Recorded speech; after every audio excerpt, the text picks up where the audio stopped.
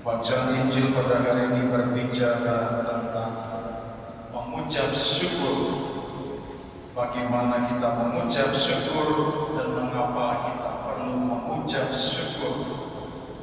Dikisahkan dalam bacaan Injil pada hari ini ada 10 orang kusta yang berseru kepada Yesus, "Yesus, Guru, kasihanilah kami." Dan Yesus mengatakan kepada mereka, "Pergilah, perlihatkanlah dirimu kepada imam-imam." Sementara dalam perjalanan mereka menjadi sembuh. Yang menjadi problem ialah setelah mereka sembuh, setelah tahu bahwa mereka sembuh, salah satu dari mereka kembali kepada Yesus. Sementara yang 9 tidak tahu. Memang mereka diminta untuk pergi menunjukkan diri kepada imam-imam. Kenapa mereka harus pergi kepada imam-imam? Karena orang kusta itu dikatakan sebagai orang yang najis, dan orang yang najis tidak boleh tinggal bersama keluarganya, tidak boleh tinggal dalam lingkungan kampung halamannya. Jadi mereka harus diusir keluar. Kalau kemudian mereka menjadi sembuh, maka hal yang pertama yang harus dibuat ialah pergi kepada imam-imam, dan kemudian imam-imam yang memeriksa, melihat kondisi mereka, menyatakan kepada keluarga dan seluruh orang di kampung halaman mereka bahwa orang ini telah sembuh. Kalau imam-imam sudah mengatakan demikian, maka dia boleh diterima kembali.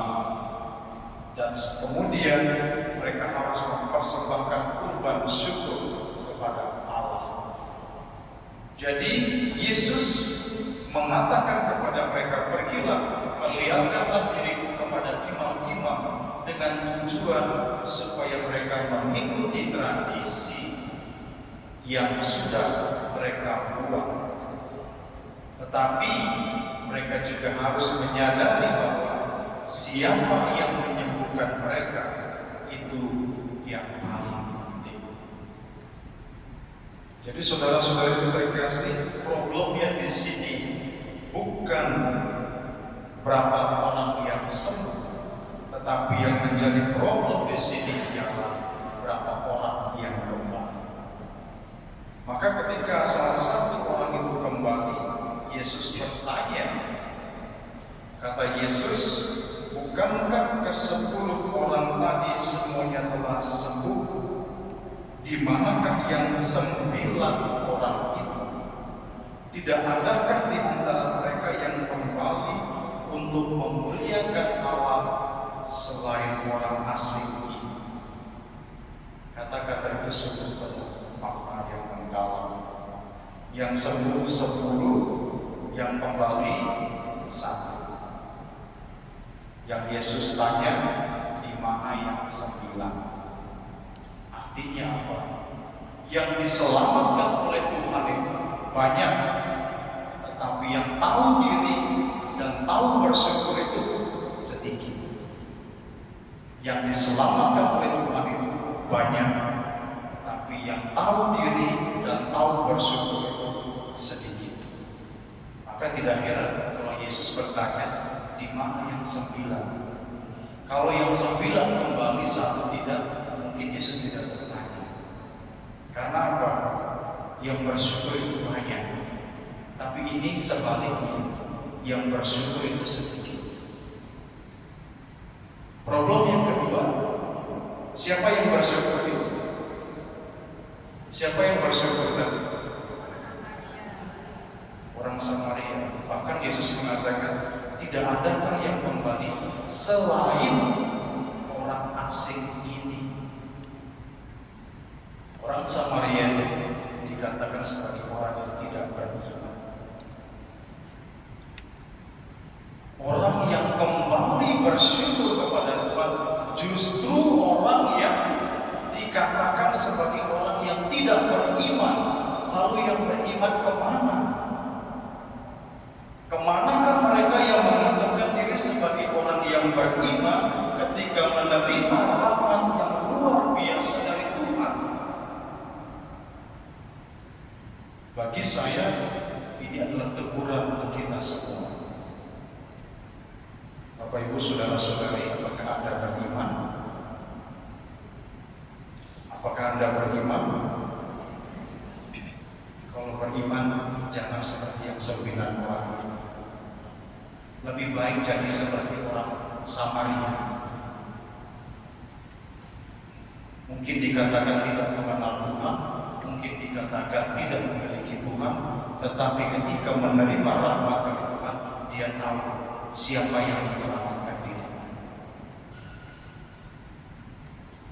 Kalau mau menjadi orang beriman, jadilah seperti orang Samaria ini.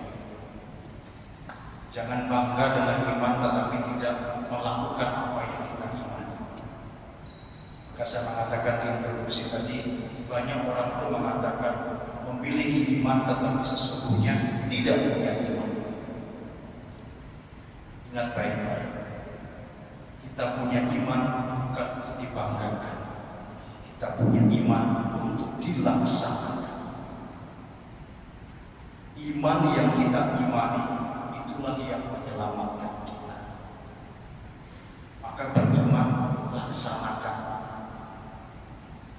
Bukan hanya kita bangga, ini KTP saya orang Katolik, tetapi hidupnya seperti orang kafir. Tidak ada gunanya. Kalau kita mengatakan diri sebagai orang yang beriman, berusaha seperti orang Samaria.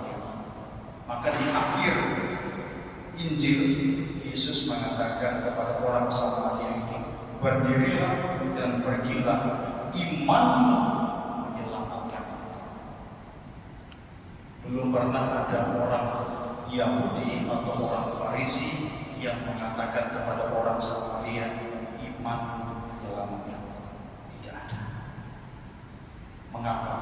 Karena mereka sudah mencap orang Samaria sebagai orang yang tidak beriman. Kalau dia tidak beriman, bagaimana dia melaksanakan? Tetapi Yesus seringkali menggunakan, bahkan dalam perumpamaannya, sehingga perumpamaan tentang orang Samaria yang baik hati. Orang-orang seperti inilah yang paling sering melaksanakan apa yang diperintahkan oleh Tuhan. Dan orang-orang seperti inilah yang sesungguhnya punya iman yang lebih besar daripada mereka yang mengatakan diri sebagai orang yang beriman.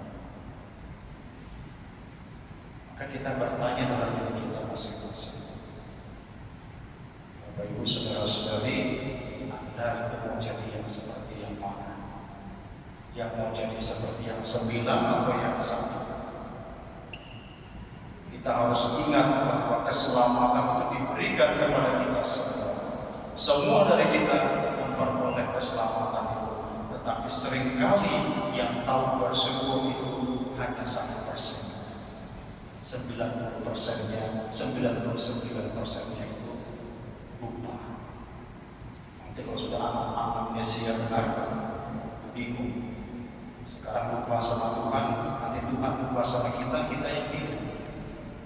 Kalau kita lupa sama Tuhan, Tuhan tidak bingung. Tapi kalau Tuhan lupa sama kita, kita yang bingung. Ya, kalau Tuhan lupa sama kita, mau ketok pintu surga pakai palu sebesar apapun, tidak akan dibuka. Karena sudah lupa. Maka semasa hidup jangan lupa dengan Tuhan. Jangan lupa bersyukur.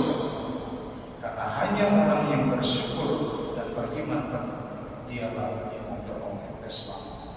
Tuhan memberkati.